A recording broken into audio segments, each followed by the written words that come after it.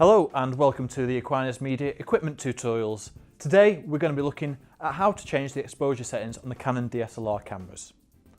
So first things first, we need to make sure the camera is on manual setting. So to do that, on the 100Ds, all you have to do is rotate the dial to the M for manual setting. So it's in line with the white marker on the side of the camera. Now on other models, you may have to press the menu button and then select the exposure setting to manual through the on-screen menu.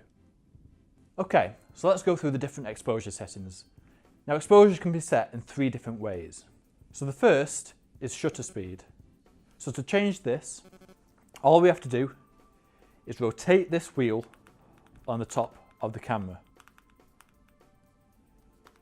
If that number is high, that means any photos that you take won't be blurry if there's loads of movement in the shot. So the next one's aperture, and to change this, we do exactly the same thing, except when I turn this wheel, I'm also pressing the AV button next to the screen as I rotate the wheel. Now the lower this is, the shallower the depth of field will be. So if you want those really nice blurred backgrounds, you'll want to set this to what we call an f-stop of the lowest number possible to achieve that effect. Certain lenses will also make you be able to take that number even lower depending on the lens you're using. And finally, the last setting we're going to change is the ISO.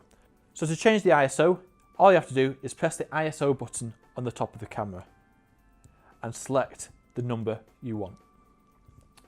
So the higher that number is, the brighter your image will be, but also the higher the number, the grainier the image will be.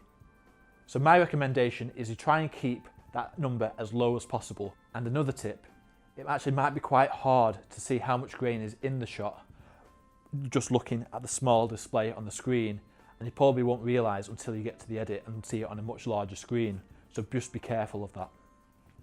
So adjusting all three of these settings should give you the right exposure that you need for the location you're filming in. So a lot of it will be about just experimenting to see what works best for the location you're in.